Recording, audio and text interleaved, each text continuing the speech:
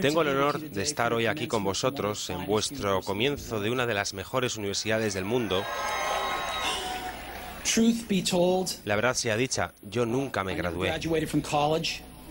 A decir verdad, esto es lo más cerca que jamás he estado de una graduación universitaria. Hoy os quiero contar 3 historias de mi vida. Nada especial, solo 3 historias. La primera historia versa sobre conectar los puntos. Dejé la Universidad de Reed tras los 6 primeros meses, pero después seguí vagando por allí otros 18 meses más o menos antes de dejarlo todo. Entonces, ¿por qué lo dejé? Comenzó antes de que yo naciera. Ni mi madre biológica era una estudiante joven y soltera y decidió darme en adopción. Ella tenía muy claro que quienes me adoptaran tendrían que ser titulados universitarios, de modo que todo se preparó para que fuese adoptado al nacer por un abogado y su esposa. Solo que cuando yo nací decidieron en el último momento que lo que de verdad querían era una niña. Así que mis padres, que estaban en lista de espera, recibieron una llamada a medianoche preguntando: «Tenemos un niño no esperado, ¿lo queréis?» «Por supuesto», dijeron ellos. Mi madre biológica se enteró de que mi madre no tenía titulación universitaria y que mi padre ni siquiera había terminado el bachillerato. Así que se negó a firmar los documentos de adopción. Solo cedió meses más tarde, cuando mis padres prometieron que algún día yo iría a la universidad, y 17 años más tarde fui a la universidad.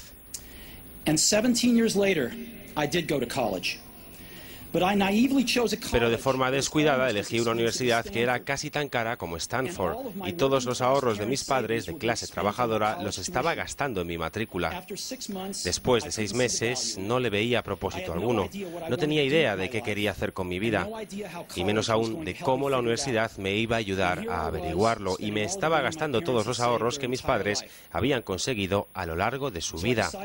Así que decidí dejarlo y confiar en que las cosas saldrían bien. En su momento me dio miedo, pero en retrospectiva fue una de las mejores decisiones que nunca haya tomado. En el momento en que lo dejé ya no fui más a clases obligatorias que no me interesaban y comencé a meterme en las que parecían interesantes. No era idílico, no tenía dormitorio, así que dormía en el suelo de las habitaciones de mis amigos, devolvía botellas de Coca-Cola por los 5 céntimos del envase para poder comer y caminaba más de 10 kilómetros los domingos por la noche para comer bien, una vez por semana en el templo de los Hare Krishna. Me encantaba. Y muchas cosas con las que me fui topando al seguir mi curiosidad e intuición resultaron no tener precio más adelante. Os daré un ejemplo. En aquella época de la Universidad de Reed ofrecía la que quizás fuese la mejor formación en caligrafía.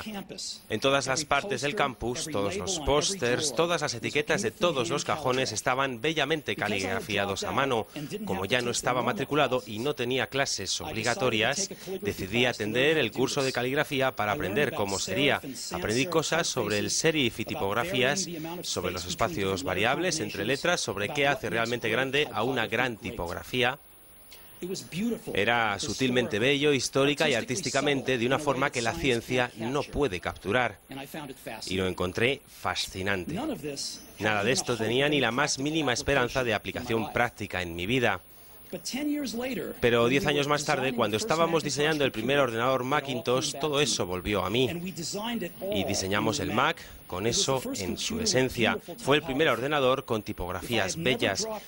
Si nunca me hubiera dejado caer por aquel curso concreto en la universidad, el Mac jamás habría tenido múltiples tipografías ni caracteres con espaciado proporcional. Y como Windows no hizo más que copiar a Mac, es probable que ningún ordenador personal los tuviese ahora.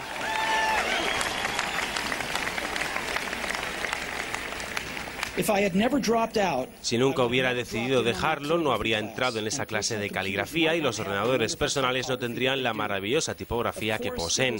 Por supuesto, era imposible conectar los puntos mirando hacia el futuro cuando estaba en clase. Pero fue muy claro al mirar atrás 10 años más tarde. De nuevo, no puedes conectar los puntos hacia adelante, solo puedes hacerlo hacia atrás.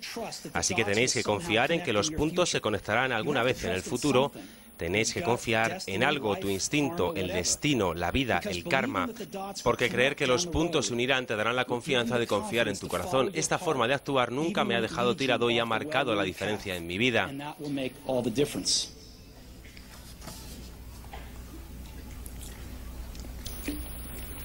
Mi segunda historia es sobre el amor y la pérdida. Tuve suerte, supe pronto en mi vida qué era lo que más deseaba hacer. Woz y yo creamos Apple en la cochera de mis padres cuando tenía 20 años. Trabajamos mucho y en 10 años Apple creció de ser solo nosotros dos a ser una compañía valorada en $2.000 millones y 4.000 empleados. Hacía justo un año que habíamos lanzado nuestra mejor creación, el Macintosh, un año antes, y hacía poco que había cumplido los 30 y me despidieron. ¿Cómo te pueden echar de la empresa que tú has creado? Bueno, mientras Apple crecía, contratamos a alguien que yo creía muy capacitado para llevar la compañía junto a mí. Y durante el primer año, más o menos, las cosas fueron bien, pero luego nuestra perspectiva de futuro comenzó a ser distinta y finalmente nos apartamos completamente. Cuando eso pasó, nuestra junta directiva se puso de su parte. Así que a los 30 estaba fuera y de forma muy notoria. Lo que había sido el centro de toda mi vida adulta se había ido y fue devastador. Realmente no supe qué hacer durante algunos meses. Sentía que había dado de lado a la anterior generación de emprendedores, que había soltado el testigo en el momento en que me lo pasaban. Me reuní con David Packard de HP y Bob Noyce de Intel e intenté disculparme por haberlo fastidiado tanto. Fue un fracaso muy notorio e incluso pensé en huir del valle.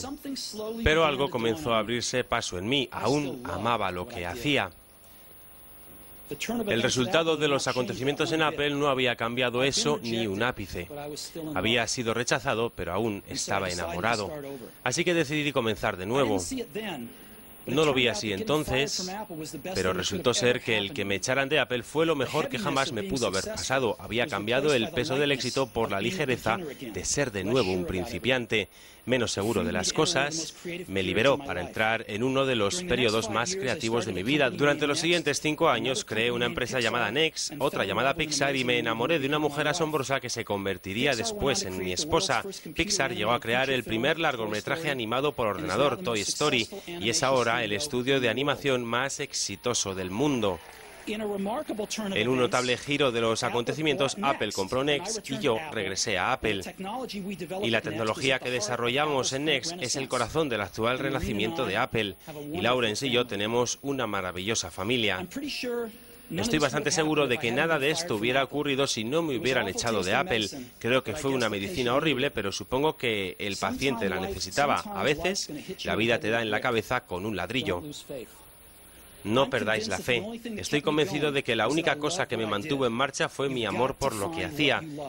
Tenéis que encontrar qué es lo que amáis, y esto vale tanto para vuestro trabajo como para vuestros amantes. El trabajo va a llenar gran parte de vuestra vida y la única forma de estar realmente satisfecho es hacer lo que consideréis un trabajo genial. Y la única forma de tener un trabajo genial es amar lo que hagáis. Si aún no lo habéis encontrado, seguid buscando, no os conforméis. Como en todo lo que tiene que ver con el corazón, lo sabréis cuando lo hayáis encontrado. Y como en todas las relaciones geniales, las cosas mejoran y mejoran según pasan los años. Así que seguid buscando hasta que lo encontréis, no os conforméis.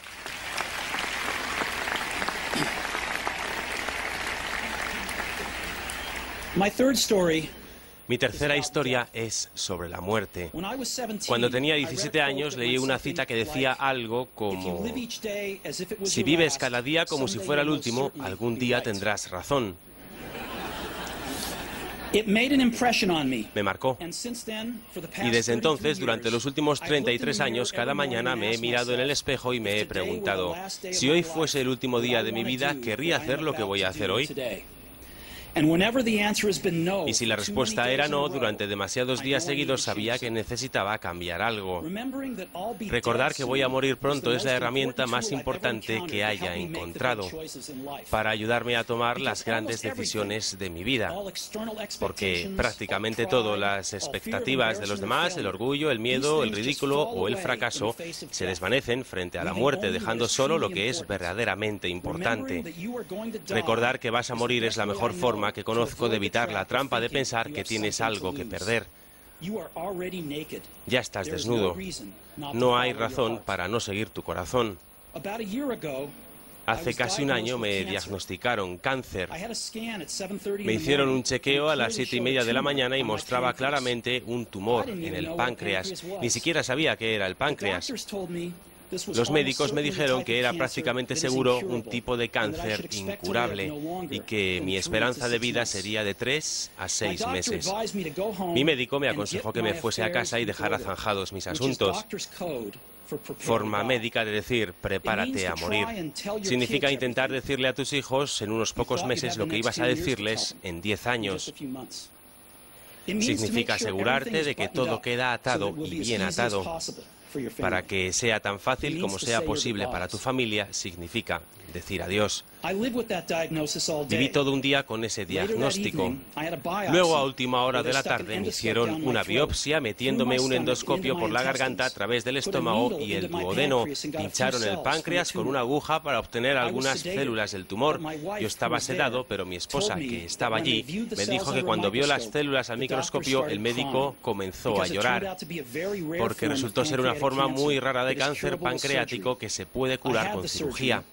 Me operaron y ahora estoy bien.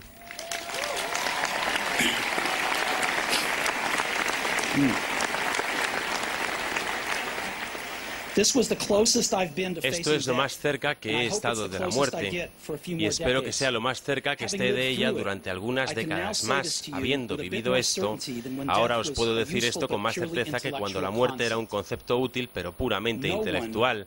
Nadie quiere morir. Ni siquiera la gente que quiere ir al cielo quiere morir para llegar allí. Y sin embargo, la muerte es el destino que todos compartimos. Nadie ha escapado de ella y así tiene que ser. Porque la muerte es posiblemente el mejor invento de la vida. Es el agente de cambio de la vida. Retira lo viejo para hacer sitio a lo nuevo. Ahora mismo lo nuevo sois vosotros, pero dentro de no demasiado tiempo, de forma gradual, os iréis convirtiendo en lo viejo y seréis apartados. Siento ser tan dramático, pero es bastante cierto. Vuestro tiempo es limitado, así que no lo gastéis viviendo la vida de otro. No os dejéis atrapar por el dogma que es vivir según los resultados del pensamiento de otros. No dejéis que el ruido de las opiniones de los demás ahogue vuestra propia voz interior. Y lo más importante, tened el coraje de seguir vuestro corazón y vuestra intuición. De algún modo ellos ya saben lo que tú realmente quieres ser. Todo lo demás es secundario.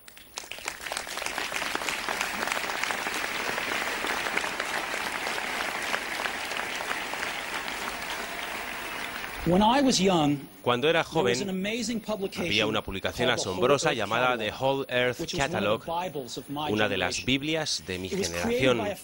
La creó un tipo llamado Stephen Brandt, no lejos de aquí, en Menlo Park, y la trajo a la vida con su toque poético.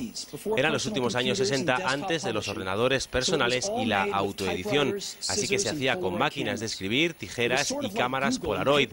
Era como Google con tapas de cartulina 35 años antes de que llegara Google. Era idealista y rebosaba de herramientas claras y grandes conceptos.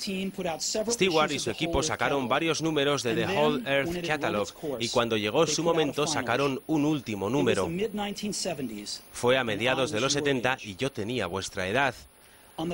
En la contraportada de su último número había una fotografía de una carretera por el campo a primera hora de la mañana, la clase de carretera en la que podrías encontrarte haciendo autostop si sois aventureros. Bajo ella estaban las palabras sigue hambriento, sigue alocado. Era su último mensaje de despedida. Sigue hambriento, sigue alocado. Y siempre he deseado eso para mí. Y ahora, cuando os graduáis, para comenzar de nuevo, os deseo eso. Seguid hambrientos, seguid alocados. Muchísimas gracias a todos.